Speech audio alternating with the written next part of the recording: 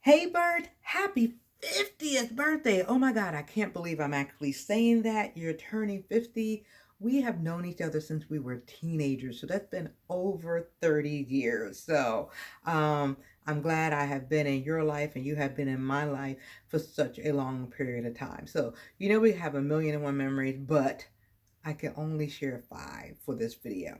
So I'm going to cheat a little bit. I have like five categories instead of like five memories, so maybe a little bit more, but with Cornellians, we know how to get around the rules. Anyhow, so let me get started. I'm going to talk quickly, and sometimes I just may say a word or phrase, and you'll know what I'm saying. I don't care if nobody else doesn't know what I'm talking about, because this video is for you and nobody else.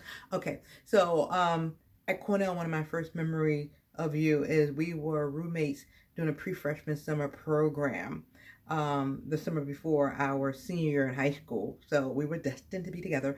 Anyhow, your parents had given me a lot of money, for what we thought was a lot of money, anyhow, for the summer program. And you came to me the first day you met me and said, "Will you hold my money for me?" And I'm like, "What? What is this? No, I ain't holding your money. I'm from New York. I don't hold nobody's money." And then you come back and say I stole it from you. We don't do that. So I didn't hold your money then. Also, another Cornell memory. Oh my God! Fast forward all the way to senior year when we had that great apartment on Dryden Avenue. But anyhow, um, our other roommate said, "Hey guys, you mind if I have Bible study in the apartment on Saturday?" I'm like, "Oh no, no problem. Sure, yeah, Bible study. What could go wrong with Bible study?" Girlfriend.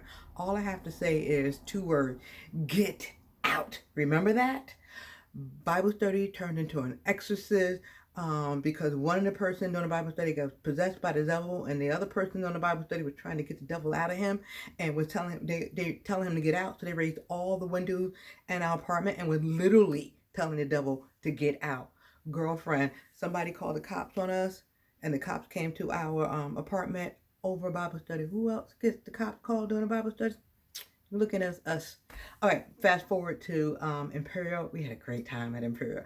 But anyhow, some of the things that currently stand out is you convinced me to try out for the rowing team. Remember, I hurt my back during training and you thought I got kidnapped because I couldn't come to the phones. Anyhow, another thing was we were working out in the gym one time during training, and we were talking and we couldn't find Helen. Remember, I think her name was Helen. Whatever. But anyhow, Helen was quiet and thin and really sweet girl, and we looked around, and there she was on the bench. She was bench pressing, but nobody was spotting her, and she couldn't get the weights off, and she just kept saying, "Help me, help me." For years, all we had to do was say, "Help me," and we would both crack up. Okay, so that was funny. Moving fast forward to another travel moment. I know I'm over time. Anyhow, but okay, I gotta talk about really quickly our first trip to France, and we were gonna eat cheese and bread, and so I packed my knife so that we can cut the cheese and bread, of course, right? I packed my knife, but we got caught at security, and so we were already running late for some reason. I got caught at security, and I'm like, "No, you can't take my knife. We need it for cheese and bread." But anyhow, we got caught at security. We almost missed our flight. They actually held the plane for us. Only you can talk them into holding the plane for us. They held the plane for us. They gave away our seats, but then the flight attendant or gate attendant was so nice they rebooked us into first class. Yay! So that was fun.